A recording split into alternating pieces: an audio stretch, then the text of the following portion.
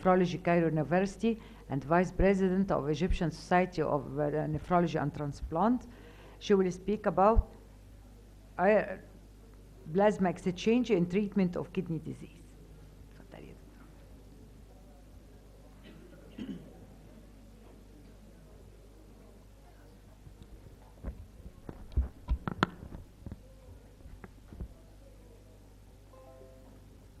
Bismillah ar-Rahman ar-Rahim. I'd like to thank Professor Hussein Shaisha and the organizing committee for inviting me to be here with you in this very important conference. And حقيقي يعني المنصورة people are very warm, and every time we go there we feel like we are in our second home. So thank you very much. And my talk today is going to be on plasma exchange in treatment of kidney disease. The agenda is going to include plasma exchange in terms of definition, history, principle, and technique, and then we'll talk about the renal indications. Now, the word apheresis means to take away. So when you take away one of the blood components and you return the rest to the patients, this is called apheresis. And when you take the plasma away, this is plasmapheresis or plasma exchange. And in this case, you have to give substitution fluids. So plasmapheresis was first described in a dog in 1914, and then it took so many years until it was used in 2 patients with macroglobulinemia, and then 15 years later it was described in goat pasture syndrome, and then there was a new indication every year in treatment of lupus, and TTP was first treated in 1977. Well, the principle is that it removes large molecular weight pathogens like immunoglobulins and immune complexes, cryoglobulins, and monoclonal proteins, as well as cholesterol-containing lipoproteins.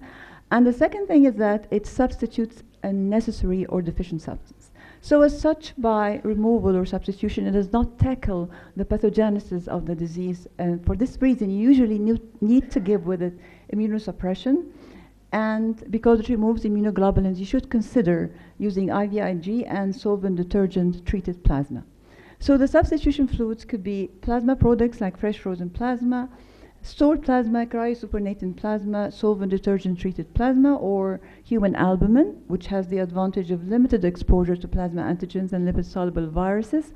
But there is an increased risk of bleeding because it does not provide coagulation factors, and there is an increased risk of infection because it does not provide immunoglobulins, and of course it's more expensive, and you can use combinations of crystalloid colloid solutions. Now the technique, you can use the centrifuge where the cells, the plasma is separated and the blood is returned to the patients, and this has the advantage of being able to have the blood flow using a big peripheral vein, so you may not need to use a central vein.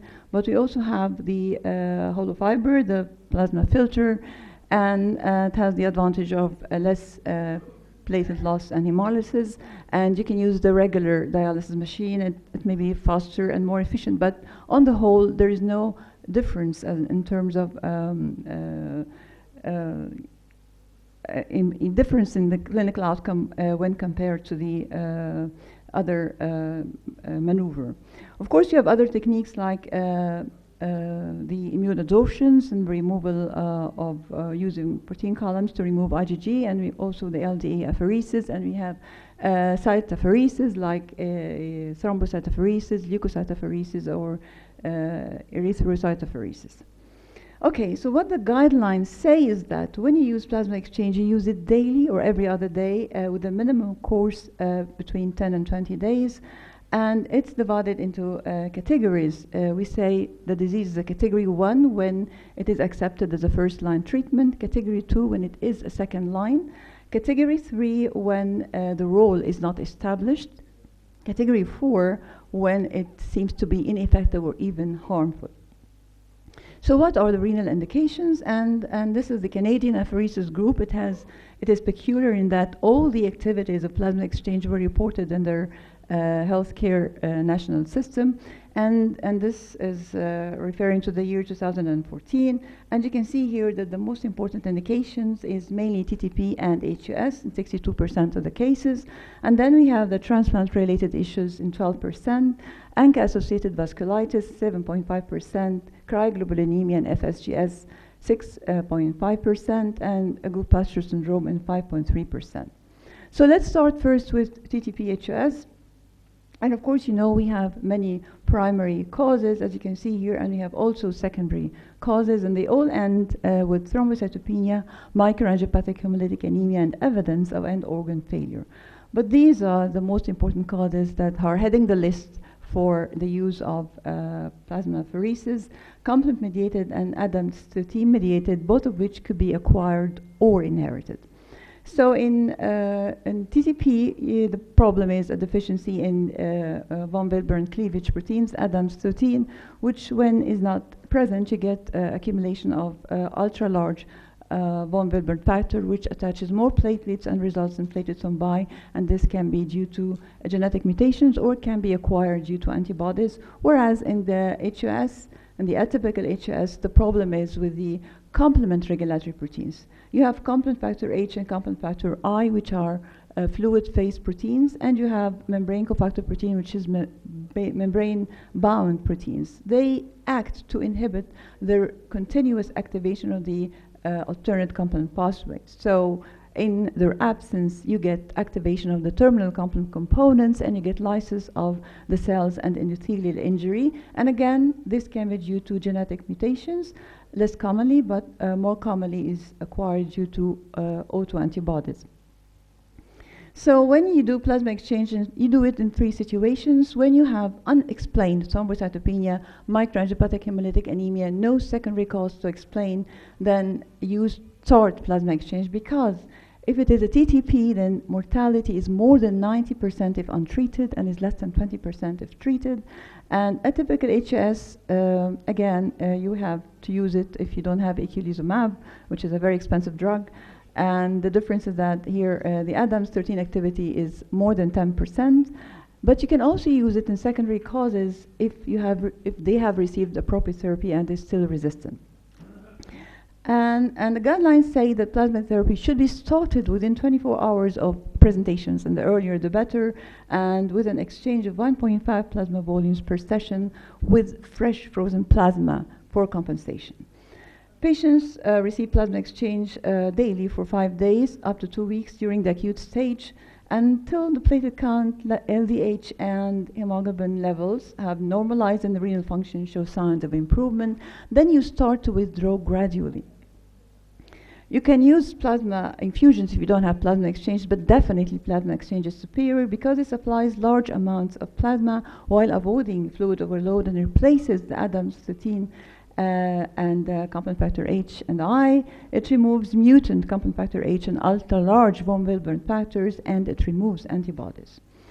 This paper was addressing the response to plasma exchange, and you can see here with TTP, whether acquired or hereditary, the response rate in the last column is 80 to 90 and more than 90%. In complement-mediated thrombotic microangiopathy due to complement H deficiency is 30 to 70%. But if you look at the secondary causes, we can see also a response rate of 50 to 70%. And the ones that show no response are the malignancy, the malignant hypertension, and stem cell transplantation. So if you look in terms of categories, you will have thrombocytopenic purpura. Down there is category 1, together with thrombotic microangiopathy, which is complement-mediated due to factor H. These are category 1. And category 3 in thrombotic microangiopathy, coagulation-mediated and hematopoietic stem cell transplantation. If you look, for instance, at the Shiga toxin or mediated, you will find it's category 3 if there is severe neurologic symptoms or if it is a streptococcus pneumonia induced, but category 4 if there are no neurologic symptoms. Now, the second cause or the second indication for plasma pheresis is transplantations, and you do that in patients who are ABO incompatible transplants and HLA sensitization, which constitutes 35% of waitlist patients, and in antibody-mediated rejection. So for ABO incompatible, just to let you know that it is accounts for about 35% of living donor transplants that are performed in Japan.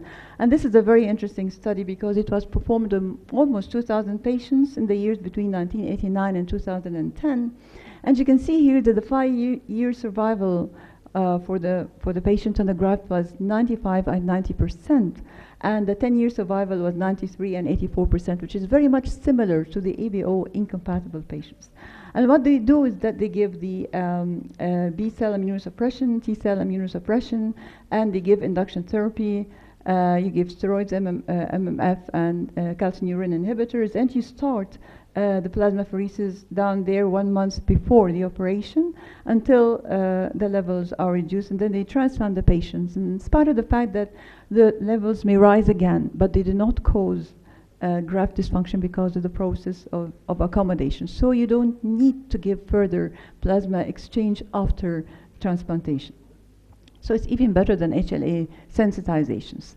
And for HLA sensitizations, if the patient is highly sensitized, and if you do not have pair donation program, and if you have enough money, there is evidence to show that there is definitely a survival benefit of kidney transplants from HLA incompatible donor. And this study is done in 2016 on more than 1,000 patients from 22 centers between 1997 and 2011. And you can see here at the top curve are the recipients of incompatible transplants. They did have a survival benefit over 2 years follow-up as compared to the those patients who are on the wait list or received a cadaveric transplantation, and even more better than those who only remained on the wait list without receiving any transplantations. And this happened across all levels of donor-specific antibodies, using Luminex, using flow cytometry, or cytotoxic cross-match. So the desensitization protocols, you all know it. You use plasmapheresis or IVIG or both, high dose or low dose, rituximab, corticosteroids, or bertuzumab. But the treatment considerations is that you use it daily or every other day until the cross-match becomes negative, and you use albumin as replacement fluid, and you transplant within 1 week of last desensitization treatment, but you expect that they will rise again in antibodies, so you have to continue for the first week after transplantation, and you monitor very well for antibody-mediated rejections because they are liable to occur. If rejection does occur, then according to the KDOQI guidelines, it's treated by one or more of the following alternatives: plasma exchange, intravenous immunoglobulins, anti-CD20 antibodies, and lymphocyte-depleting agents. Now, what about the ANCA vasculitis? And just to remind you, we have type 1 ANCA, which is due to anti-GBM antibodies with linear deposits in immunofluorescence, and the type 2 immune-mediated granular deposits, and type 3, which is the post-immune, which is the ANCA. And what the guidelines say that if you have ANCA positive RPGN complicated with advanced renal dysfunction or pulmonary hemorrhage, then it's recommended to use plasmapheresis. And if you have lupus nephritis in whom the standard therapy is insufficient, then again it's recommended to use plasmapheresis. And if you have anti-GBM with rapid progressive GN, it is recommended to use plasmapheresis. So let's take first the ANCA-associated vasculitis, and you remember the MEPEX trial, which was done in 2007 on 150 patients to study the effect of plasmapheresis. واحنا كنا دايما بنتعلم ان plasmapheresis really makes a difference من الstudy ديت. It was done on patients with serum creatinine more than 5.6 milligram per deciliter. They were all given cyclosporin and oral steroids, but they divided them into two groups. One group received intravenous methylprednisolone for 3 days, and the other group received plasma exchange, and the endpoints was renal independence at 3 and 12 months. And you can see here that the renal survival was much better for the group that received plasma exchange. And this is another study in 2013 which used intravenous cyclosporin instead of oral, and this is again to show that it was just as effective in dialysis-dependent ANCA-associated vasculitis. And for this reason, they were categorized to be treated with if they are dialysis dependent or diffuse alveolar hemorrhage as category 1, and if they are dialysis independent as category 3. But then we have this breakthrough trial, which is the Paxivus trial. It was done on 704 patients with severe granulomatosis with polyangiitis, which is the Wagner granulomatosis, or microscopic polyangiitis, and all the participants had a GFR less than 15 mils per minute. And what they did is that all the patients, they received standard therapy with cyclophosphamide or rituximab and IV methylprednisolone, and then they were divided into two groups. One group receiving plasma exchange for 7 exchanges in 14 days, and the other group received no plasma exchange. And each of these groups were divided into doses with the standard dose glucocorticoid, which is the weight-based dose, or reduced dose glucocorticoids. And this was published in the Daily Congress newspapers in 2018, and it was cited in the EDITA. And you can see here that the primary composite outcome of death or end-stage renal disease was 28% in the patients receiving plasma exchange compared to 31% in the patients who did not receive plasma exchange. So the difference was not significant at all. And again, it was 28% for patients with reduced glucocorticoids as compared to 26% in patients with the standard glucocorticoids. So it appears that increasing the dose of glucocorticoids did not offer any benefit and was associated with more side effects. And again, this trial was published in the Rheumatology News, that it will likely change the ANCA-associated vasculitis therapy because it did not prolong life or prevent end-stage renal disease. Now, anti-GBM antibody glomerulonephritis is due to circulating antibodies directed against non-collagenous domain of type 4 collagen. And actually, it's very rare, and we don't have high-quality randomized controlled trials. But according to this study, you can see here that the 5-year patient engraft survival was 94% if the creatinine was less than 5.7%, 80 and 50% in a creatinine more than 5.7%, and 44 and 13% if the patient was dialysis dependent. And for this reason, the guidelines categorize the dialysis dependence to category 3, whereas the diffuse alveolar hemorrhage and dialysis independence as category 1. Cryoglobulinemia, you all know, is hepatitis C is one of the most important causes, but of course other viral infections, lymphoproliferative disorders, and connective tissue diseases can cause cryoglobulinemia, and the treatment is they treat the cause, but you add as well immunosuppressive therapy. And the treatment considerations here, you should know that the concentration of globulins does not correlate with the clinical severity nor the response of therapy. So the decision to initiate plasma exchange should be based mainly on the severity of disease manifestations, and you start 3 times per week for 2 to 3 weeks, and then indications will depend on the clinical response of the patients. Plasma should be replaced with 5% albumin, and the room, the lines, and the replacement fluid should be warmed to prevent precipitation of circulating cryoglobulins. And this is FSGS, and you know that it is believed to be due to circulating permeability factor. It recurs in a kidney transplantation in 35 to 55% of the cases, and in 80% if it is a second transplant. And when you do plasmapheresis, you have reduction in protein excretion till the end of treatment, and then it returns to rise again. So you have to do, if a patient is after transplantation, you have to do you test daily proteinuria until 14 days after transplantation. And if it's detected, you have to start the plasma exchange right away. And you should give 3 daily sessions, and then 6 more sessions, a minimum of 9 sessions with immunosuppression, of course. And you may need to have long-term or weekly or to monthly exchanges depending on the degree of proteinuria. And there are still unanswered questions like, should we use 5% albumin or fresh frozen plasma, and the duration of plasma exchange treatment after remission, for how long are we going to give it, and is there any benefit of using it before transplantation to prevent recurrence? So these are questions that are still unanswered. With the multiple myeloma, actually the most common pathology is light chain cause nephropathy, which is found in 30 to 60% of cases.